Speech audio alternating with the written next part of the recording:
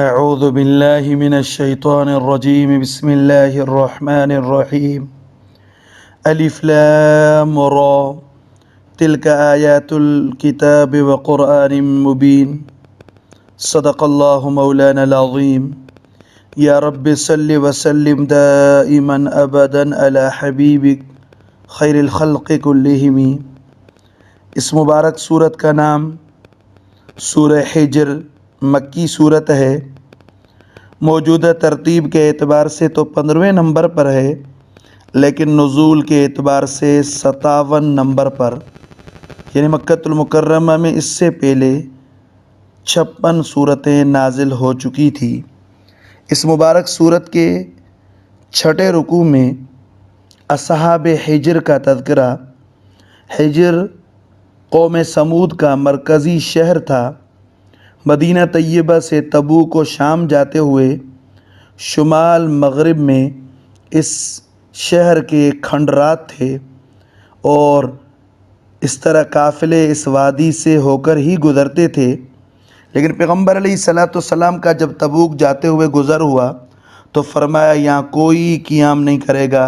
بلکہ جلدی جلدی سے یہاں سے گزر جانا ہے۔ اس مبارک صورت کی ابتدا قرآن مجید کے تذکرے سے اور قرآن مجید کی 2 صفات بیان کی گئی کہ کامل ہونا اور واضح ہونا۔ کامل ایسا کہ انسانی زندگی کے ہر راستے کی رہنمائی کرتا ہے، اس کے اصول نہایت صاف ہیں، دلائل واضح ہیں۔ ہاں نعوذ باللہ کوئی بدبخت ہوگا جو انکار کرے گا، ورنہ کوئی بات الجھی ہوئی نہیں جو مشکل اور ناقابل فہم ہو۔ لیکن کچھ لوگ اس کے باوجود بھی فائدہ نہیں اٹھاتے۔ اس کی اصل وجہ دنیا پرستی ہے جو انہیں انکار و سرکشی پر مجبور کرتی ہے۔ پھر بتایا گیا ربما یود الذین کفروا لو کانوا مسلمین، کہ ایک وقت آئے گا یہی لوگ تمنا کریں گے کہ کاش وہ مسلمان ہوتے، لیکن اس وقت کی ندامت سے کوئی فائدہ نہیں۔ اور پھر فرمایا انہیں ایک مہلت دی گئی ہے، ہر سرکش قوم کو مہلت دی جاتی ہے۔ اس کے بعد جب فیصلے کا وقت آ گیا تو ایک گھڑی بھی لا یستأخرون، ایک گھڑی بھی نہ تاخیر ہوتی ہے نہ تقدیم ہوتی ہے۔ اور پھر منکرین پیغمبر علیہ السلام کے شان میں جو بدبخت گستاخیاں کیا کرتے تھے ان کا تذکرہ کرتے ہوئے فرمایا یہ کوئی نئی بات نہیں ہے، پہلے بھی رسولوں کا اسی طرح مذاق اڑایا جاتا رہا، اور اسی طرح آگے یہ جو معاندین فرمائشی نشانات اور فرشتوں کا آسمان سے آنا طلب کر رہے ہیں، ان کو اگر کھلے ہوئے دن میں بھی آسمان پر بھیج دیا جائے تب بھی یہ ایمان لانے والے نہیں، بلکہ کہیں گے انما سکرت ابصارنا، ہماری تو نظر بندی کر دی گئی، ہم پر جادو کر دیا گیا۔ دوسرے رکوع میں آسمان و زمین کائنات کے نظام کا عظیم طریقے سے مرتب ہونا بیان فرمایا گیا، ساتھ ہی عظیم الشان نعمتوں کا تذکرہ جو رب العالمین کی طرف سے انسانوں کو ملی ہوئی ہیں۔ یہ بات بھی سمجھائی گئی کہ اللہ کے علم میں اگلی پچھلی ساری قومیں ان کے احوال ہیں، سب کا حشر کے دن حساب کتاب ہوگا، پھر شکر گزار اور ناشاکر لوگوں کو بدلہ دیا جائے گا۔ تیسرے رکوع میں انسانیت کے اصل اول یعنی آدم علیہ السلام اور جنات کے اصل اول یعنی جان کے پیدائش کا حال اور کیفیت کو بیان کرتے ہوئے فرمایا آدم علیہ السلام کو فرشتوں کا سجدہ کرنا، اور ابلیس جو قوم جنات میں سے تھا، سورہ کہف میں وضاحت ہے کان من الجن، جسے آسمان میں فرشتوں کے ساتھ رہنے کی اجازت دی گئی تھی، اس کا سجدے سے انکار کرنا اور احکام خداوندی سے نافرمانی پر آسمان سے نکل جانے کا حکم، پھر ابلیس کا موت سے مہلت طلب کرنا اور اس بات کی قسم کھانا کہ آدم علیہ السلام اور اولاد آدم کو دنیا میں گمراہ کرنے کی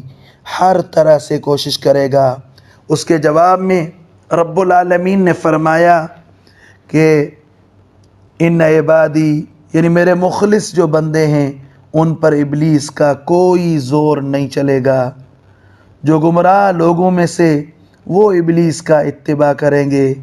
اور ابلیس کے ساتھ انہیں جہنم میں پھینک دیا جائے گا۔ چوتھے رکوع میں متقین جو رب العالمین سے ڈرنے والے ان کا تذکرہ، ان کو جنت میں عظیم نعمتیں حاصل ہوں گی اس کا تذکرہ، پھر ایمان اور تقوی کی رغبت، کفر اور معصیت سے خوف و ڈر پیدا کرنے کے لیے اللہ تعالیٰ نے اپنی صفت رحمت اور قہر کا اجمالاً بیان فرمایا۔ پھر صفت رحمت کے طور پر ابراہیم علیہ السلام کا تذکرہ اور ابراہیم علیہ السلام کو اسحاق علیہ السلام کی پیدائش کی بشارت، اور اس طرح صفت قہر کا تذکرہ اس طرح کہ قوم لوط پر عذاب نازل کرنے کے لیے فرشتوں کا بھیجنا، اور پھر یہ کہ لوط علیہ السلام اور ان کی پیروی کرنے والوں کو تو نجات مل گئی، یہ رحمت کا نمونہ تھا۔ قوم لوط پر پتھروں کی بارش اور اس زمین کے ٹکڑے کا تختہ الٹ دیے جانے کا تذکرہ، ان کو تباہ و برباد کرنے کا تذکرہ جس میں عذاب الہی کا نمونہ ہے۔ پانچویں رکوع میں لوط علیہ السلام کی قوم کی نافرمانیوں کا تذکرہ تفصیل کے ساتھ اور ان کی فحش اور بدکاری کی خصلت کو سامنے لا کر یہ بتایا گیا ایسی قوم عذاب اور ہلاکت ہی کی سزاوار ہوتی ہے۔ پھر اہل ایمان کے لیے ان واقعات سے نصیحت اور عبرت حاصل کرنے کا سبق دیا گیا کہ یہ برے فعل کا نتیجہ برا ہوتا ہے، ایمان اور اطاعت سے ہی نجات ملتی ہے۔ پھر آگے اللہ تعالیٰ کی قدرت کا اظہار جس طرح چاہے اس طرح کر دے۔ چھٹے رکوع میں اصحاب ہجر یعنی قوم سمود کا تذکرہ کہ کتنے بڑے صناع کاریگر تھے کہ پہاڑوں میں تراش تراش کر بڑے محفوظ و قلعے بنا رہے تھے، لیکن گمراہی کا راستہ اختیار کیے ہوئے تھے، اپنے رسول کو جھٹلاتے رہے، سرکشی پر اصرار کرنا، ڈٹا رہنا، نتیجہ یہ کہ ان پر عذاب آیا اور اس طرح ہلاک کر دیے گئے کہ ان کا نام و نشان بھی باقی نہ رہا۔ پھر پیغمبر علیہ السلام کو تسلی دی گئی، فرمایا ان کفار کے عناد